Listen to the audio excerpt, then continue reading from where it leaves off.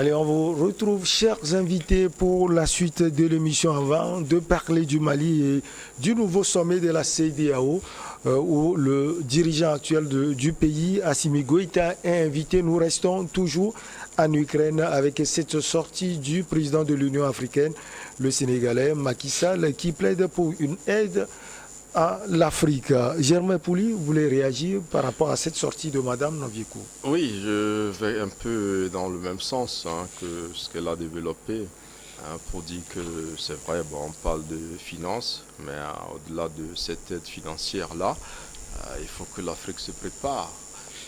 Parce que là, il a suffi qu'il y ait cette guerre-là et qu'on se rende compte que nous risquons de mourir de faim parce que nous consommons beaucoup de pain, parce que nous consommons des macaronis, des spaghettis et tout cela, et bien d'autres produits.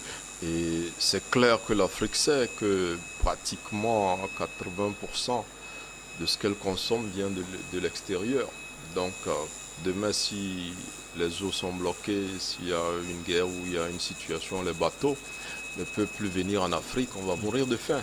Il faut qu'on se réveille pour se dire qu'on a la terre, on a les hommes, comme elle le disait, on ne peut pas mourir de faim aussi facilement parce qu'on dépend énormément. Là, on parle du blé, mais on va parler d'une autre denrée qui est le riz, qui nous vient essentiellement de l'Asie. Dans tous les pays africains, on consomme le riz comme pas possible. Et donc, ça veut dire que si demain, du côté de ces pays-là aussi il y a difficulté, on va avoir les mêmes problèmes. Donc, il faut que nos dirigeants et nos populations repensent vraiment l'avenir de l'Afrique. On peut demander de l'aide par rapport à l'insécurité parce qu'on n'est pas suffisamment armé, préparé. On peut demander de l'aide pour un certain nombre de choses. Mais pour manger, au moins ça on peut parce qu'on a la terre. On a la terre et on a les roues. Si c'est trop fatigant, on peut aussi passer un peu à la mécanisation, à l'irrigation et toutes ces techniques-là qui sont aujourd'hui accessibles. Donc il faut trouver un moyen pour motiver les jeunes à retourner déjà à la terre parce que beaucoup de jeunes aujourd'hui préfèrent aller en ville. Il n'y a pas de conditions attrayantes malgré toutes les politiques agricoles que notre pays met en branle. La réalité est là, on ne s'autosuffit pas sur le plan alimentaire. Et l'autre réalité aussi, c'est que nous produisons des choses qu'on ne consomme pas. Et nous consommons des choses qu'on ne produit pas. Donc ça ne sert à rien de rester toujours dans cette logique de produire des choses et vendre et d'acheter des choses à manger finalement. Donc il faut repenser cela parce qu'aujourd'hui c'est l'Ukraine, mais demain, s'il y a une autre situation qui fait que les bateaux n'arrivent plus à venir en Afrique, on aura l'argent pour acheter des produits, mais ces produits ne viendront pas et on va mourir de faim. Je pense que toutes ces situations malheureuses-là, depuis la pandémie, qui aussi a vu les frais augmenter parce que le fret maritime a été augmenté de pratiquement 40% et ça a réjailli sur les prix. Donc il faut que nos pays revoient leur politique, il faut aussi que nos populations revoient leurs habitudes alimentaires et de consommation. On ne peut pas être dépendant. Hier, moi, dans mon quartier, je suivais une discussion avec des amis, mais ils étaient choqués que le prix du spaghetti augmente.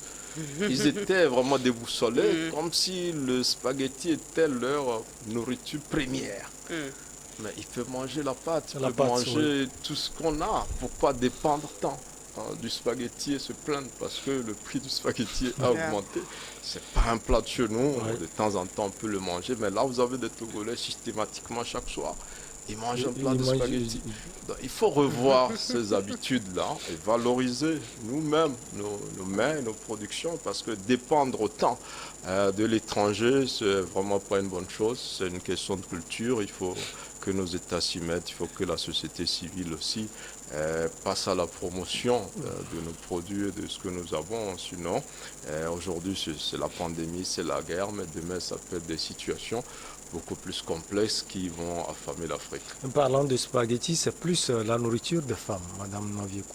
Non, moi je connais beaucoup d'hommes qui préfèrent comment on dit, du spaghetti qu'à la pâte, qu'au riz. Donc, je pense qu'en fait, si on fait une analyse peut-être sociologique de la chose, on verrait qu'en fait, aujourd'hui, c'est un plat qui est vite fait, rapidement, et ça permet aux gens qui peut-être n'ont pas une vie de foyer et tout, rapidement, ils se l'achètent. Donc, c'est ça aussi, il faut voir ce côté-là.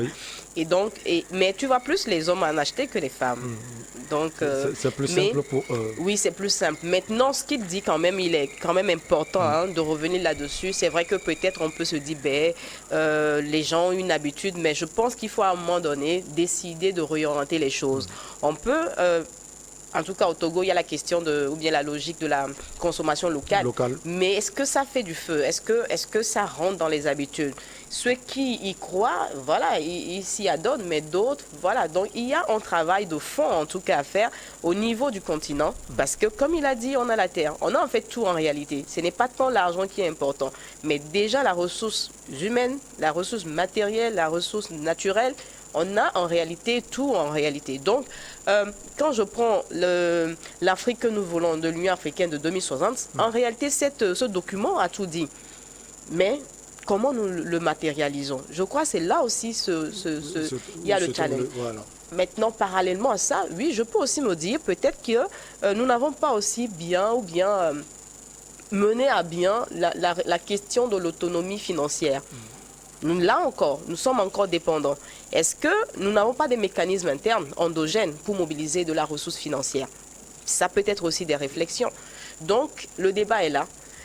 Ces situations qui arrivent, entre-temps c'était la Covid, maintenant c'est l'Ukraine, on ne sait pas ce qui va arriver comme il le dit, mais ces situations doivent faire réfléchir et doivent amener à prendre des actions, en tout cas, je dirais, décisives, pour le bien de l'Afrique, pour relancer l'Afrique et surtout pour le positionner. On va parler maintenant du Mali. La communauté des États ouest-africains CEDEAO organise vendredi au Ghana un sommet extraordinaire sur la situation politique au Mali et a invité le chef de la junte, Assimi Goïta, à participer à cette réunion. Alors, Germain Pouli, qu'est-ce qui a milité en faveur, si on peut le dire, de ce changement brusque de la CEDEAO? Elle se tourne vers Assimi Goïta parce que c'est peut-être parce qu'entre-temps, on a parlé de 2 ans, même si la CEDEAO parle toujours d'1 an. Oui, je pense que la junte a fait des efforts. Donc, elle a déjà mis en place un cadre de dialogue pour renouer le dialogue avec la CEDEAO. C'est un bon signe. Elle a fait l'effort de passer de 4-5 ans à 2 ans. Ça aussi, il faut le saluer parce qu'au Burkina, il parle de 3 ans. Donc, c'est un effort à saluer. Je pense que tout cela aussi a milité. Et puis, il faut savoir aussi qu'on ne peut pas aussi toujours parler de quelqu'un en le laissant en dehors des discussions.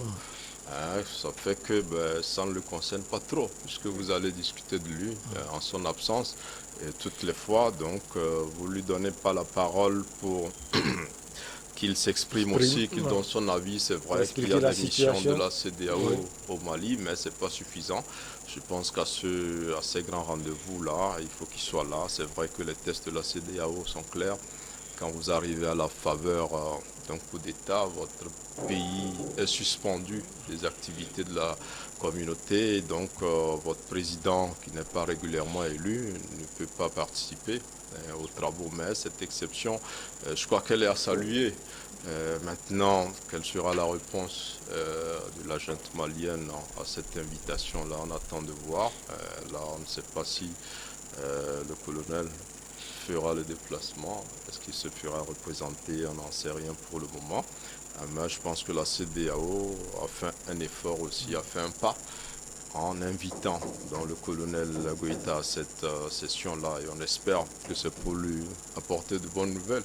Ça ne servira à rien de le faire participer à cette grande réunion si elle ne devrait pas accoucher des résolutions qui satisfassent également le Mali.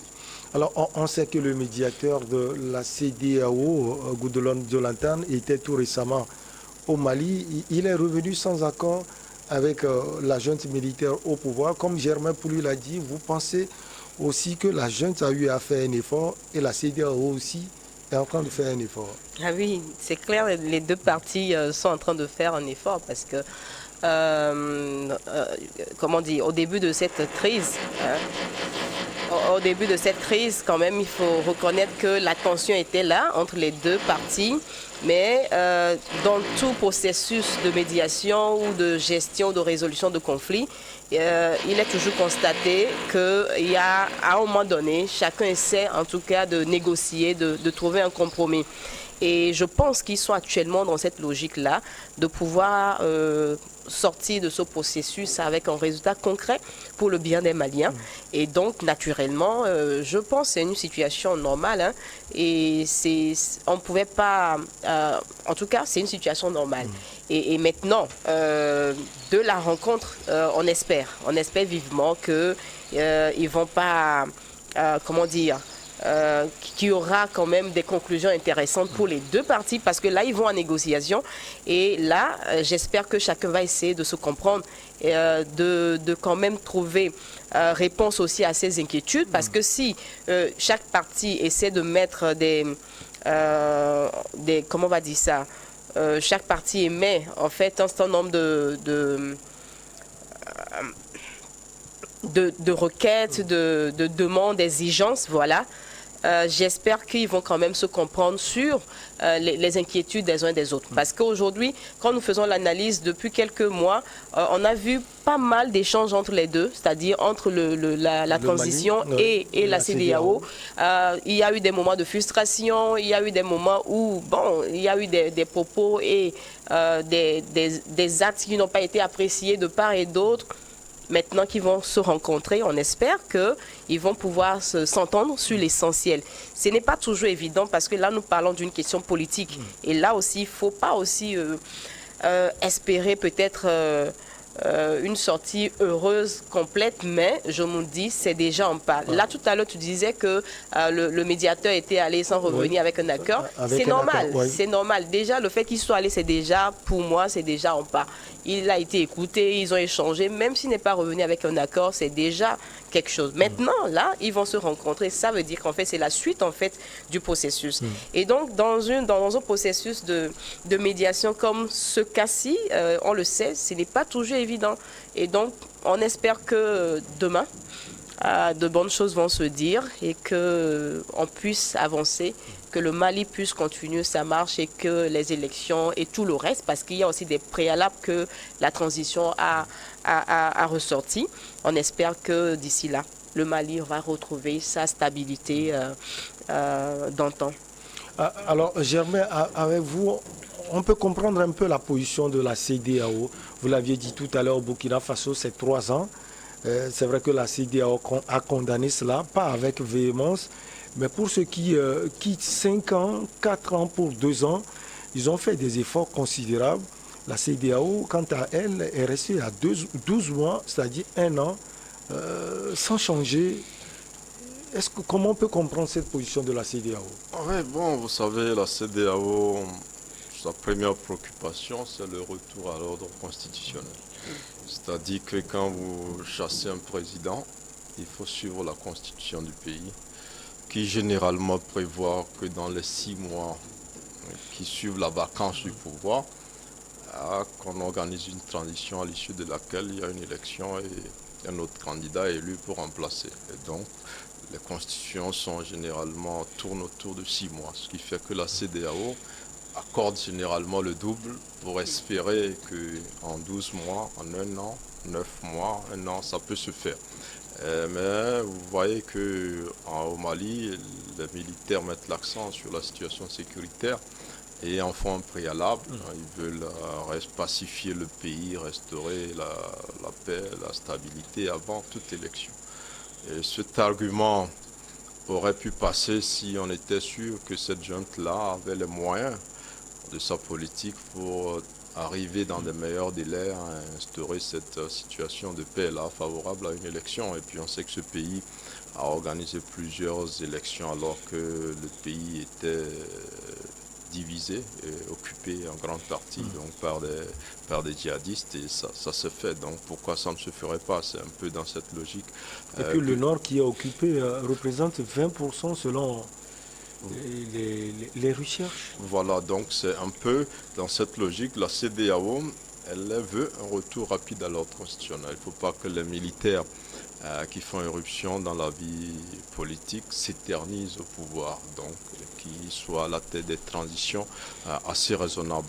Mais je pense que tout comme au Burkina et au Mali, où ce ne sont pas des coups d'État qui sont intervenus dans des conditions habituelles, où les questions de djihadisme, de sécurité sont mises en avant généralement par ces militaires-là pour renverser ce président, il va falloir leur donner un peu de temps pour régler ces problèmes, sauf que les derniers événements dans ces deux pays montrent que les coups d'État n'ont pas changé grand-chose et que les militaires qui sont là ne tiennent pas le taureau forcément par les cornes, donc n'arrivent pas à trouver une issue, ce qui fait que la justification même de leur coup d'État aujourd'hui est discutable et donc on peut facilement leur demander de vite permettre à un autre président civil qui sera élu de s'occuper de ces questions-là, d'où l'exigence de la CEDEAO qui tourne autour de 12 mois. Mais je pense que les choses peuvent évoluer parce qu'on ne peut pas demander aux autres de bouger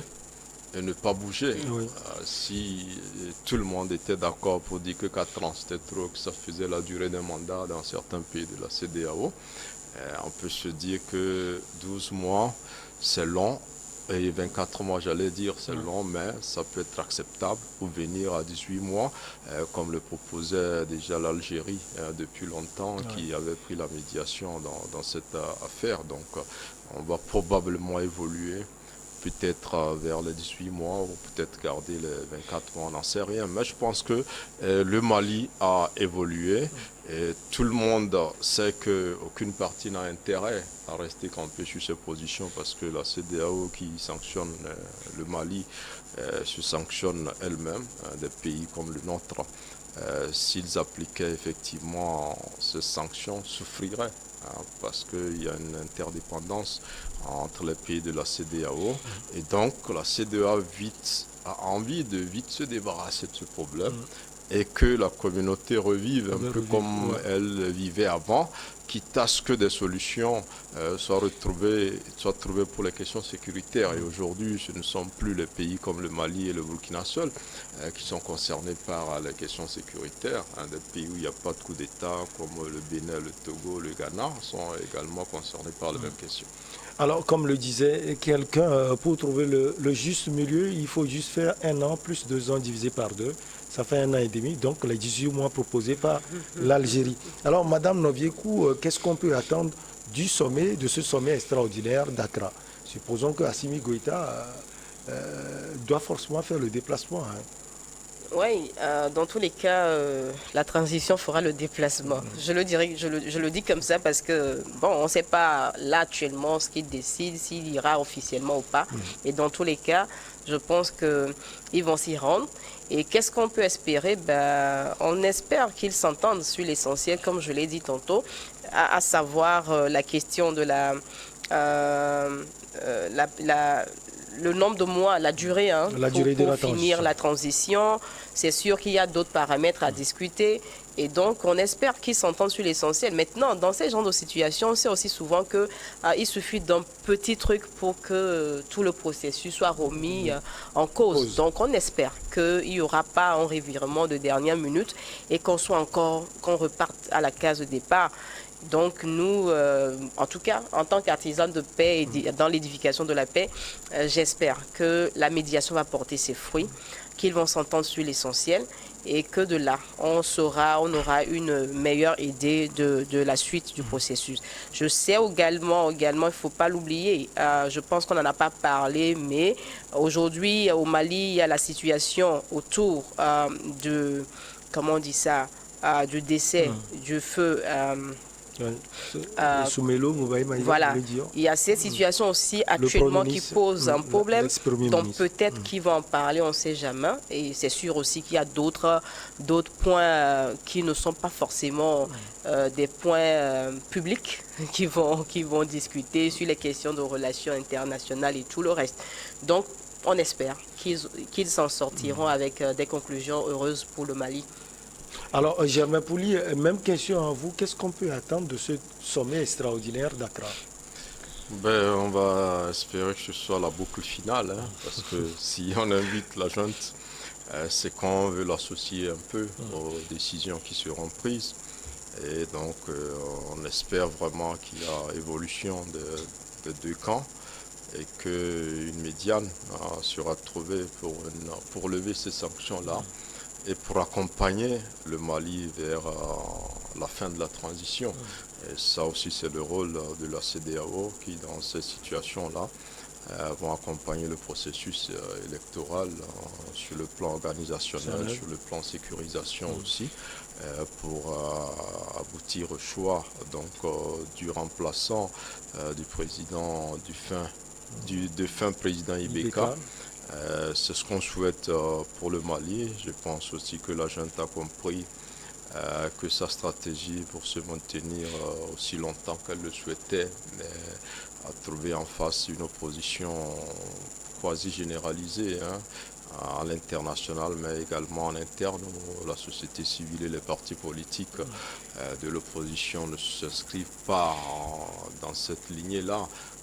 Donc les militaires ont compris qu'ils doivent remettre le pouvoir aux civils. C'est vrai, les intentions sont bonnes. Mais comme on dit parfois, l'enfer est pavé de bonnes intentions. Là, on voit que les dégâts ne sont pas limités sur le plan de la lutte contre les terroristes. Il y a encore des tueries de militaires, de populations, et donc il vaut mieux passer à une situation régulière sur le plan constitutionnel et légal, et qu'un président légitime viennent continuer peut-être le travail qu'ils ont amorcé. Et la CEDEAO s'arrêtera là. Maintenant, les rapports avec la France et autres, ça c'est un autre débat qui concernera le Mali, et peut-être avec son nouveau président, on ne sait pas s'il va s'inscrire un peu dans la droite ligne de ce qu'a commencé la junte ou s'il va se repositionner autrement. À Accra, Madame Noviekou, vous pensez qu'il y aura aussi question de la situation, si je peux le dire, de ces instructeurs russes qui travaillent avec les FAMA, les forces armées maliennes? Est-ce que la CEDEAO pourra discuter sur ce sujet? Je me pose la question, juste en termes de... est-ce que c'est de cette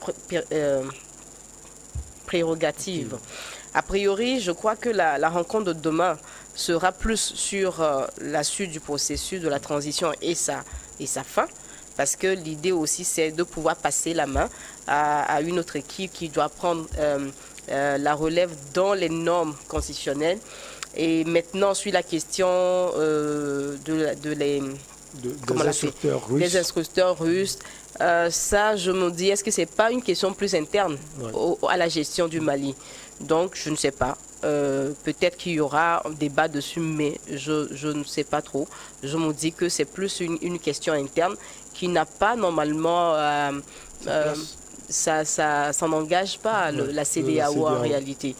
Ça n'engage pas. Maintenant, comment dire, la transition et parce je crois qu'ils ont fait des consultations aussi. Oui.